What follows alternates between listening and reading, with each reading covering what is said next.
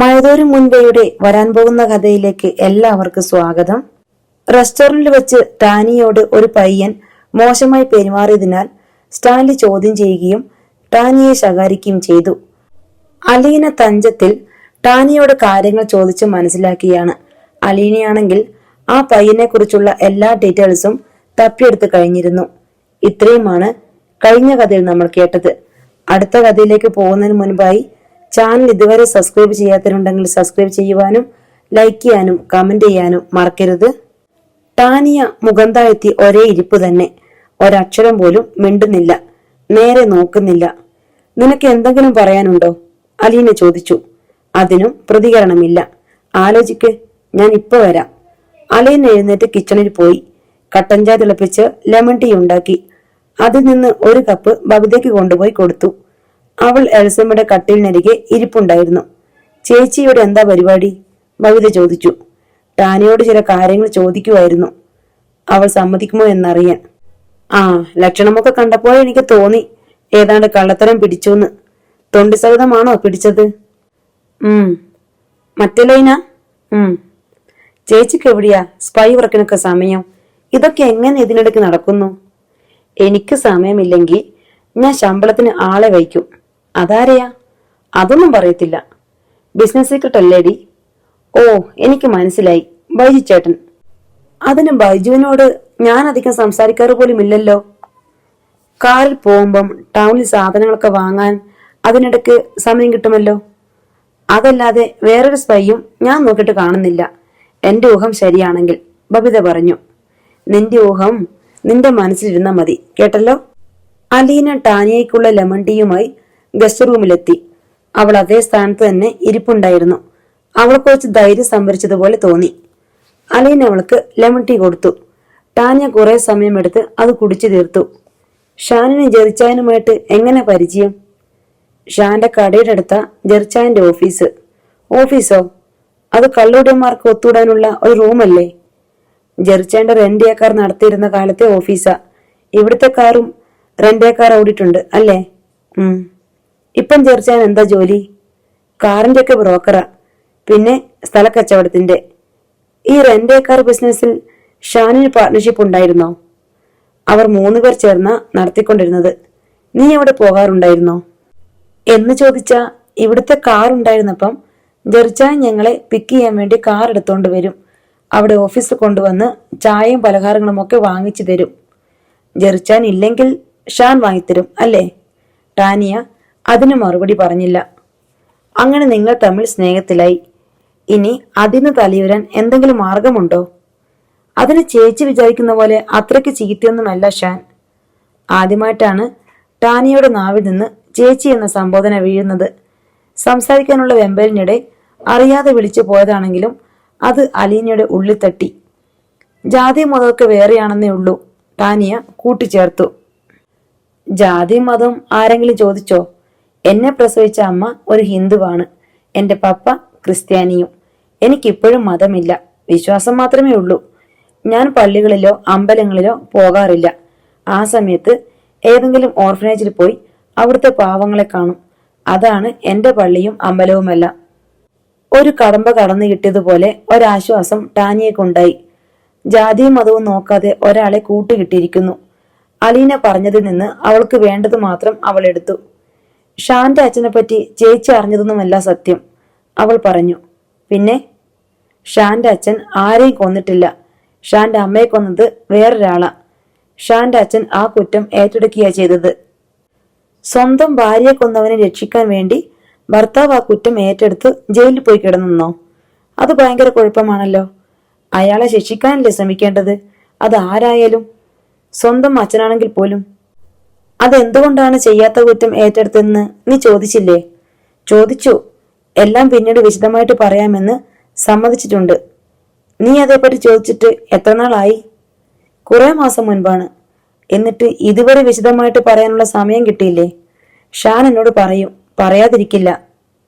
അങ്ങനെ പറഞ്ഞാ മതിയോ? നിനക്ക് കുറച്ച് മയക്കുമരുന്ന് കലക്കി തന്നിട്ട് ഇത് നീ തൽക്കാലം കുടിക്ക്, സംഗതി എന്താണെന്ന് ഞാൻ പിന്നീട് പറയാമെന്ന് പറഞ്ഞാൽ നീ കുടിക്കുമോ?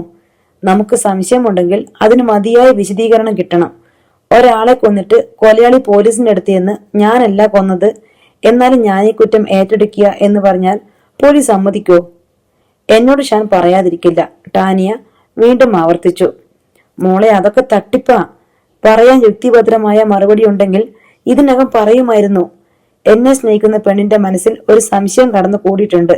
അത് മാറ്റണം. ഇങ്ങനെയാണ് അവൻ ചിന്തിക്കേണ്ടത്. അങ്ങനെയാണ് നല്ല സ്നേഹബന്ധങ്ങൾ നിലനിൽക്കുന്നത്. അവനുമായി പ്രേമത്തിലായിരുന്ന ഒരു പെണ്ണ് ആത്മഹത്യ ചെയ്തു.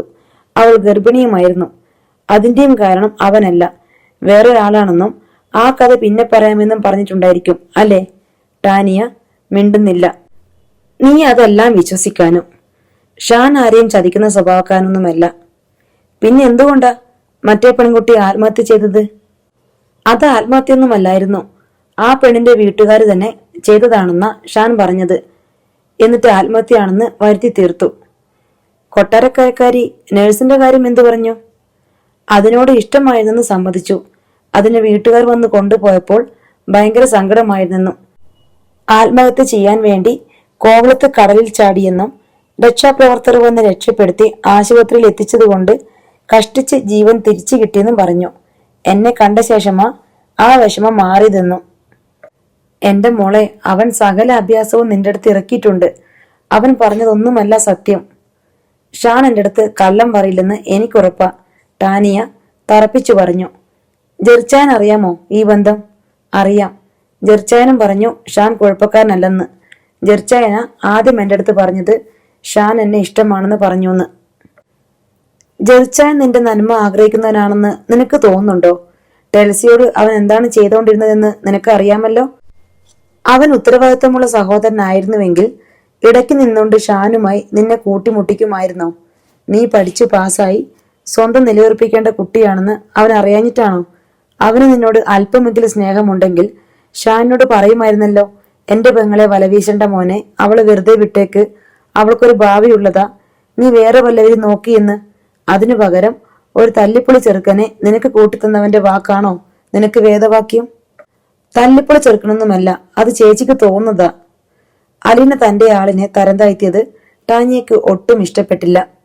എന്നോട് ഷാനിന് ഭയങ്കര സ്നേഹമാണ്, അതെനിക്കറിയാം.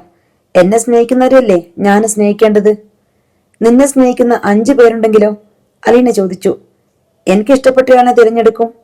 അപ്പോൾ ബാക്കി 4 പേരുടെ സ്നേഹം നിരസിക്കാൻ നിനക്ക് യാതൊരു മടിയുമില്ല. അതിന്റെ അർത്ഥം നിന്റെ ഇഷ്ടത്തിനാണ് മുൻതൂക്കം എന്നല്ലേ? എന്റെ ഇഷ്ടവും എനിക്ക് വലുതാണ്. അപ്പോൾ 6 പേർ നിന്നെ ഇഷ്ടപ്പെടുന്നുണ്ടെന്ന് കരുതണം. അതിലൊരാൾ നീ തന്നെയാണ്. നിനക്ക് ഏറ്റവും ഇഷ്ടമുള്ളയാള്, ഏറ്റവും പ്രധാനപ്പെട്ടയാളും നീ തന്നെയാ. നിനക്ക് നിന്നോടുള്ള ഉത്തരവാദിത്തങ്ങൾ കഴിഞ്ഞേ മറ്റാരോടുമുള്ളൂ.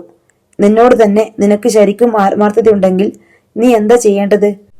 മറ്റു 4 പേരെയും മാറ്റി നിർത്തിയതുപോലെ ഷാൻ എന്ന 5-ാമനെയും മാറ്റി നിർത്തണം. നിനക്ക് പഠിപ്പ് പൂർത്തിയാക്കി നല്ലൊരു ജോലി സമ്പാദിക്കണമെന്ന് ആഗ്രഹമില്ലേ? ഉണ്ട്. നിനക്ക് നിന്റെയും നീ ഉൾപ്പെടുന്ന കുടുംബത്തിന്റെയും ജീവിതം സന്തോഷപ്രദമാകണമെന്ന് ആഗ്രഹമില്ലേ? അതിനും അവൾ ഉബന്ന് തലയാട്ടി.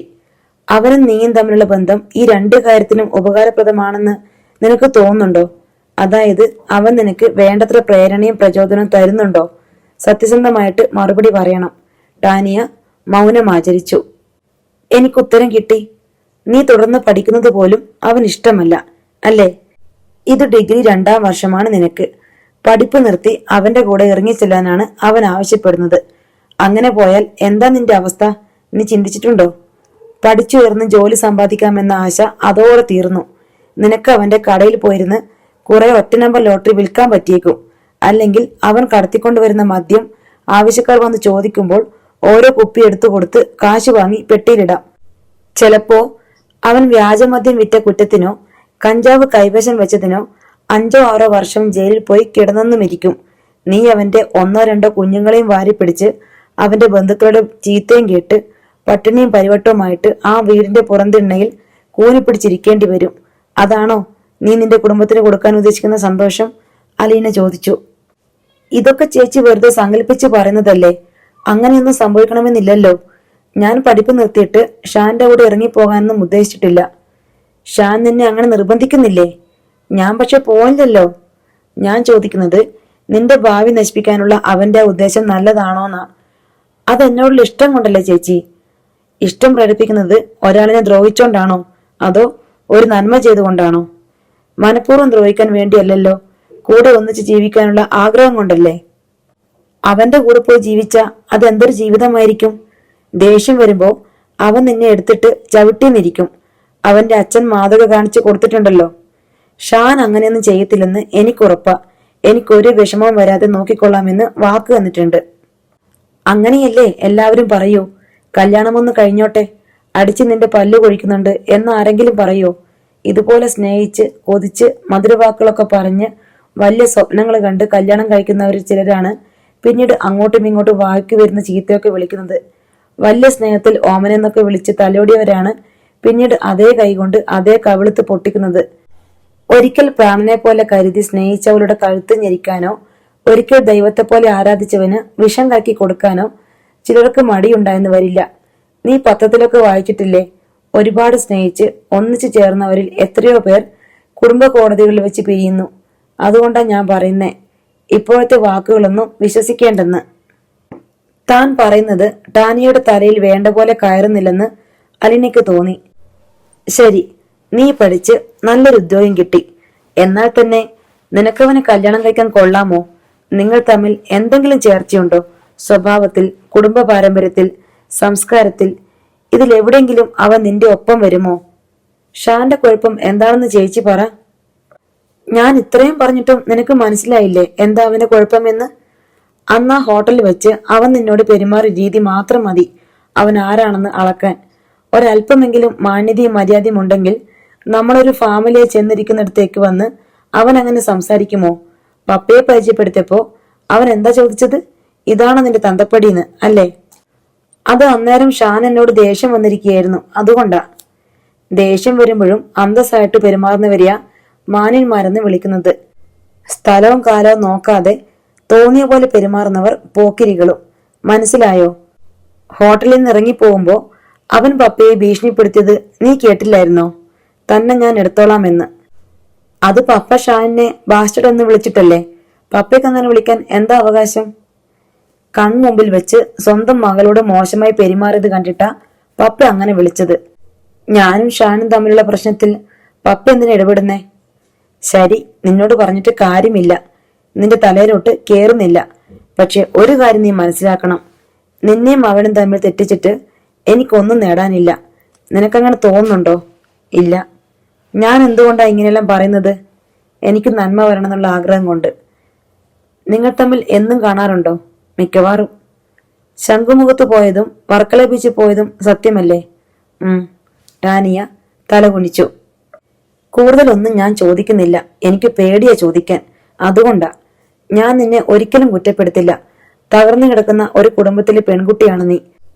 പപ്പ ഭാര്യയുമായി പിണങ്ങി കുടുംബത്തിന് നകന്ന് കുറച്ച് നായ്ക്കളെയും താലോലിച്ച് എവിടെയോ ജീവിക്കുന്നു. അമ്മ മനസമാധാനം തേടി ധ്യാന കേന്ദ്രങ്ങളിലും ബൈബിൾ കൺവെൻഷനുകളിലും ദേവാലയങ്ങളിലും അലഞ്ഞു നടക്കുന്നു. നിങ്ങളെ സ്നേഹിക്കാൻ ആരും ഉണ്ടായിരുന്നില്ല. തെരുവിൽ വെച്ച് കണ്ട ഒരു ചെറുപ്പക്കാരൻ നിന്നോട് അല്പം ഇഷ്ടം കാണിച്ചു. അത് നിന്റെ ശരീരം കണ്ടിട്ടുള്ള കൊതിയാണെന്ന് തിരിച്ചറിയാതെ നീ അതിലങ്ങ് ഭ്രമിച്ചുപോയി. ആ സ്നേഹം നിന്നെ അപകടത്തിലെത്തിക്കുമെന്ന് നീ അറിയുന്നില്ല. അവൻ ചെയ്യുന്ന തെറ്റുകൾ കൂടി ശരിയായി കാണാനാണ് നിനക്കിഷ്ടം. അവനെ മുഴുവനായും ശരിയായിട്ട് മാത്രം കാണുന്ന ഒരു കണ്ണാടി കൂടിയാണ് നീ അവനെ വിലയിരുത്തുന്നത്. ടാനിയ കിടക്കയിൽ നഖം കോറിക്കൊണ്ടിരുന്നു. ഞാനൊരു കാര്യം പറഞ്ഞാൽ നിനക്ക് ചെയ്യാമോ? അലീന ചോദിച്ചു. ടാനിയ മുഖമുയർത്തി. അടുത്ത 10 ദിവസത്തേക്ക് നീ അവനെ കാണരുത്. ഷാൻ എന്നെ ഒരു ദിവസം പോലും കാണാതിരിക്കാൻ പറ്റില്ലെന്ന് എപ്പോഴും പറയും. ഒരു ദിവസം കാണാൻ നിൽക്കാത്തതിനാ അന്ന് ഹോട്ടലിൽ വെച്ച് കണ്ടപ്പം. യാതൊരു പക്വതയുമില്ലാത്ത സ്വഭാവമാണല്ലോ അത്. എത്രയോ അകലെ ഇരുന്ന് ആളുകൾ പരസ്പരം സ്നേഹിക്കുന്നു. നിനക്ക് ചിലപ്പോൾ അടുത്ത വർഷം കേരളം വിട്ട് എവിടെയെങ്കിലും പോയി പഠിക്കേണ്ടി വന്നാൽ ഷാൻ നിന്റെ കൂടെ വരുമോ? അവന്റെ ഇഷ്ടത്തിനെല്ലാം വഴങ്ങിക്കൊടുക്കലാണോ നിന്റെ ജോലി? നിനക്കൊരു വ്യക്തിത്വമില്ലേ?